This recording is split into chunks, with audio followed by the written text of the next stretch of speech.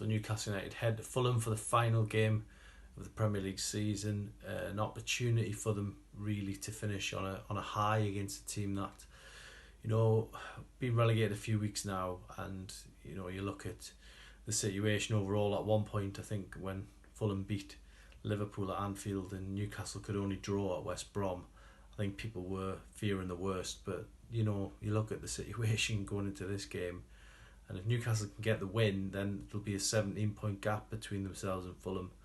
And for me, that would be pretty convincing and a good response to the season. It's the middle part of the season that's been the problem for Newcastle.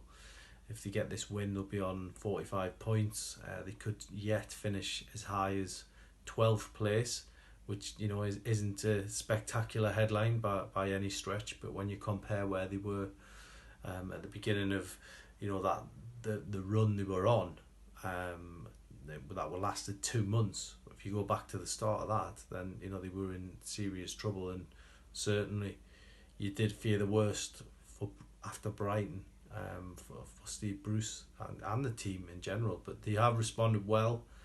As I say, it hasn't been spectacular in places, but they have picked up some big results as well, though. So there is credit where it's due to be dished out. You look at the Leicester game away, a very good Leicester team, won the cup last weekend and going to the final game fighting for a Champions League place.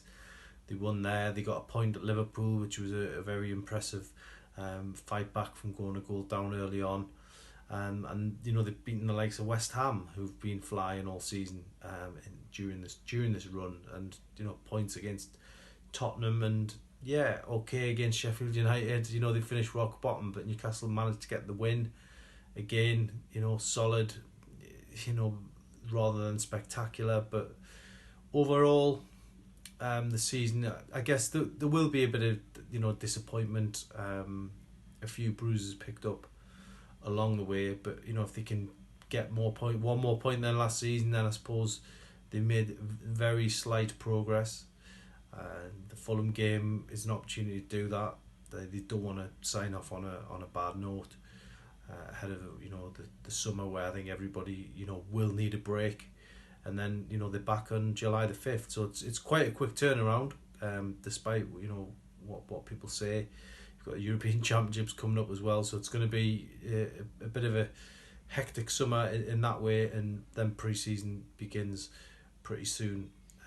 Into the start of July. So Fulham away, I think Newcastle get the victory in this one. You look at the way Fulham have played since that win at Liverpool, and they just haven't been able to match it. They've gone 9 games without a win now, and they look pretty much resigned to their fate, and looking towards next season. So it's probably the perfect game for Newcastle in some ways, that they can go down and get stuck in. But it depends on their attitude as well. We've seen it before.